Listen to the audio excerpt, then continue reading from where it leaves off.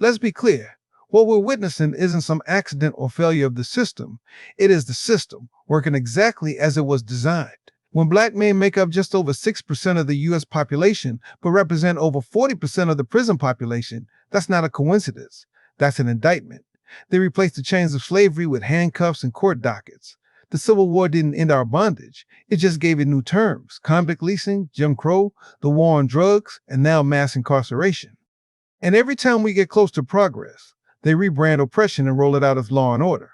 The media parades our people in handcuffs while ignoring the systems that put them there. They broadcast our mugshots, but not our stolen opportunities. Young black boys grow up knowing their chances of ending up in a cell are greater than their chances of being understood as full human beings, 1 in 3. That's how many black boys are expected to be in prison at some point in their life. That's not a statistic, that's a warning. This didn't start with Nixon, and it didn't end with Obama. It's a pattern as old as this country. Criminalize blackness, isolate it, then forget it. This is why our brothers get locked away and society feels nothing.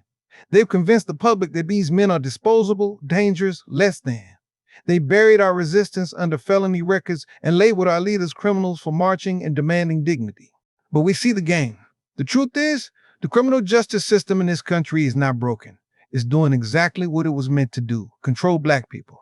And until we stop begging for reforms and start demanding the reconstruction of laws, systems, and values, we'll remain targets instead of citizens. This isn't just about crime. It's about who gets to be seen as human. And in their eyes, we never were. By now, you know Michael Brown's story. For Black Americans, this is just reality. It feels like it takes no time for you to get pulled over by the police, but we couldn't cover his body or get him out of the street for 4 hours. That type of trauma, it really seeps into the soil of a community. The thing about Ferguson you have to remember is people weren't just protesting the death of an unarmed black teen. People were protesting revenue-generating policing and the resurgence of the modern-day debtor's prison to make people poor and keep people poor. Who are we? Mike Brown! Who are we? Mike Brown! Days of protests turned into weeks, weeks into months. Prominent voices became leaders, and leaders took charge of a movement. This country has always devalued black bodies, has never seen black people as worthy of protection or their rights. If you look around today, those same protesters are still on the ground, reimagining what justice should look like. Cash bail is the driver of this institution, and it's punishing people strictly for their poverty. Mike Brown and the work that we're doing right now is a continuation of the fight that he had in the middle of that street, when he was literally fighting for his life. In this new vision of St. Louis, Missouri, elected officials answer to them. We're not gonna stop. Every single tool that has literally oppressed communities just like this, we on attack.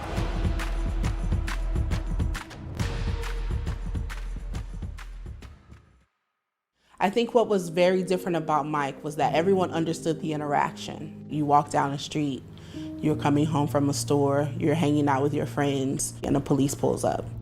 The conclusion of that interaction was far beyond what anyone thought possible. Kayla Reed is the co-director of Action St. Louis and one of the leading voices for justice reform in the city. I was a pharmacy technician that went out because she couldn't believe what happened.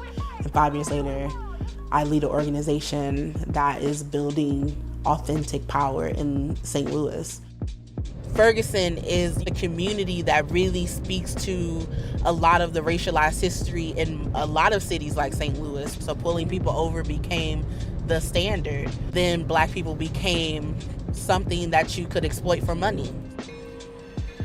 A year after Michael Brown was killed, the U.S. Department of Justice released the Ferguson Report.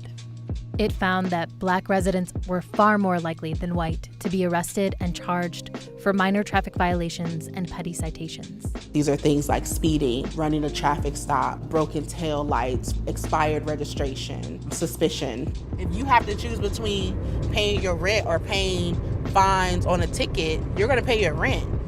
people were getting 6 and 7 tickets per stop. And then if they weren't able to go to court and pay those fines would turn into warrants. And then when they were being pulled over, they were not only being issued tickets, they were being arrested for previous tickets and then being jailed, and families having to pay to bail their loved ones out of jail for municipal tickets. Ferguson, in these direct and systemic abusive practices, was making millions of dollars off the backs of poor people and people of color. Those who are most victimized by the current systems have known for a very long time the truth of how these things operate. Z. Gorley and Blake Strode are part of Arch City Defenders, a civil rights law firm that's suing St. Louis over its unfair bail practices. This was never about public safety. It's about making people poor and keeping people poor. A quick refresher. In episode 1 of this series, we explained how the bail system works. You pay money to the court to get out of jail while you wait for your trial. But if you can't afford it, you stay in jail, even if you're innocent. We are more likely to be pulled over, we are more likely to be ticketed, we are more likely to be arrested, we are more likely to be convicted, we are more likely to be sentenced to death. That's across, space and place. In St. Louis, Black residents are twice as likely to be arrested as white residents. And what's more, the amounts they have to pay in bail are completely unaffordable for the average resident. $500, $1,000, $5,000 in communities where families are one check away from devastation, and we know that to be the case for most Americans. Bail is devastation. People are sitting in jail for days and weeks for $150 or $300. And then you lose your job. And you lose your job, you can't pay your rent. You can't pay your rent, you get evicted. You get evicted, you're forced into, subpar living conditions. Your children are having to bounce from school district to school district. And it creates devastating impacts on Black people in this region. What we wanted to do was say that this is your table, your community, you have agency, you have joy. Mike Milton runs the St. Louis chapter of the Bail Project. It's part of a nationwide effort to bail people out of jail who can't afford it. Cash bail is absolutely unnecessary. And the Bail Project in St. Louis has proven it. 90% of the time, people who they've bailed out return to court. So we're headed to the bank now to get cashier's checks for the clients are posting for today. What we're able to do is provide some of that aid so that people can actually fight their case from the best position possible. I've gotten locked up for not having money to pay for these fines and fees. Me and my mom were driving to work and we got pulled over and both of us had warrants. Both of us got locked up. Both of us was in a cell next to each other. And we both lost our jobs at that time. And it's about literal generations of poverty being attacked because people cannot afford their freedom. That's why in St. Louis, they're not just trying to end cash bail. We want to close this facility. This is Montega Simmons. He's a social justice advocate who's been fighting for decades to shut down the St. Louis medium security institution. Better known as the workhouse. It was first established as a literal workhouse. Folks were taken there, especially when they had debts, to break limestone. They would actually work off their debt. Over 95% of the people held in the workhouse are here in pretrial detention. We all know someone who's been in the workhouse. We all know someone who's been impacted by bail. Over 90% of the people held in the workhouse are Black, despite the fact that less than half the population of St. Louis is Black. There's a huge segment of our community that's literally being kept in cages, and we want to see them set free. Bail is a perfect example of the kind of everyday injustice, everyday oppression that folks took to the streets in Ferguson to protest, to say this isn't just some accidental tragedy that's happened. There's actually a scheme afoot to privilege some and disadvantage others. And the courts are starting to agree. In June 2019, a federal judge ordered the city of St. Louis to stop detaining people just because they couldn't pay. The thing is, bail reform is a policy effort, but it's also a political moment. Stunning political upset still making national headlines this afternoon. St. Louis County Prosecutor Bob McCullough soundly defeated. Bob McCullough was the prosecutor who refused to bring charges against the cop who killed Mike Brown.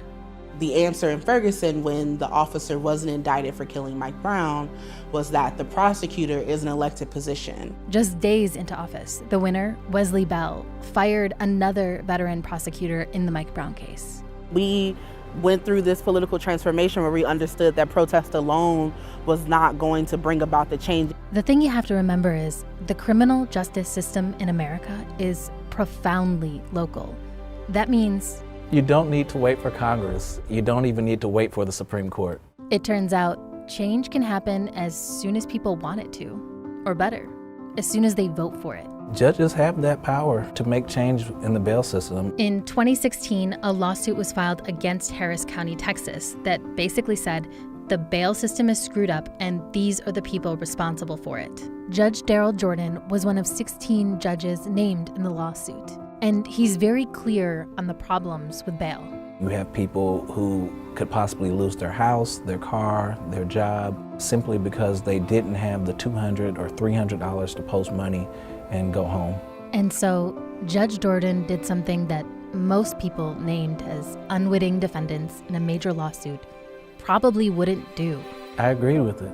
I just told the truth about our practices as judges and basically what I thought needed to be changed. It's important to note that at the time, Judge Jordan had just been elected, so he wasn't so much a part of the legacy of problematic bail as someone who really wanted to reform it. 2 years go by and nothing really changes. But then something big happened. Something really, really big. The 2018 elections. It was a sweeping decision 2018 win. 17 African-American female judges won races for the first time. The other two kept their seats in Harris County. The Black Girl Magic campaign. Together they made history and are about to make some big changes. Every single judge in Harris County Misdemeanor Court was voted out, except for Judge Jordan. And as for that Black Girl Magic, 6 of those women are my colleagues now. Within 17 days of the new judges being on the bench, we had come up with a framework to settle the lawsuit. And just like that, cash bail in Harris County, Texas was, for the most part, on its way out. But this is bigger than Harris County. Across the country, reformers want a smarter, more just pretrial release system. And it's poised to be a major issue during the 2020 Democratic presidential primaries. But a lot of folks in St. Louis and around the country believe that the real solution lies in how we approach the criminal justice system as a whole. We cannot depend on police and cages to create safety in our communities because it has never created safety in communities that look like me. By going out and asking folks what they actually want in order to have safer communities, they talk about things like parks and better schools and after-school programs and mental health facilities and job training. We have the power to put stuff in place that is more loving and compassionate and more of an investment into the poor folks in St. Louis. One of the really beautiful things about the struggle that grew out of Ferguson is that so many of those folks have stayed in the work and are really leading the work in inspiring ways. I think 5 years later, the uprising is alive and well inside of those of us who were in Ferguson and continue to do the work. This year we saw Mike Brown's mother run for Ferguson City Council. The uprising is in her. I worked on her campaign. I talked to her every day. The uprising is in me. There are people nationally who are demanding police accountability in ways that we haven't seen ever. The uprising lives in them.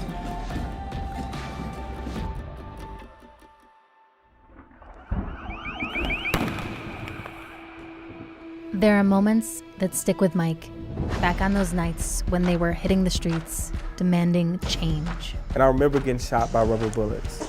And I remember seeing the tanks coming down the street. And when I looked around and I saw all of these black faces passionately crying out, I saw Kayla and Montega at the front leading us and giving us the language that we wanted to give that said that this is our freedom. And there is a war on black people in St. Louis. And there's a war on black people in America. And in order for us to love each other well, we have to fight for our freedom.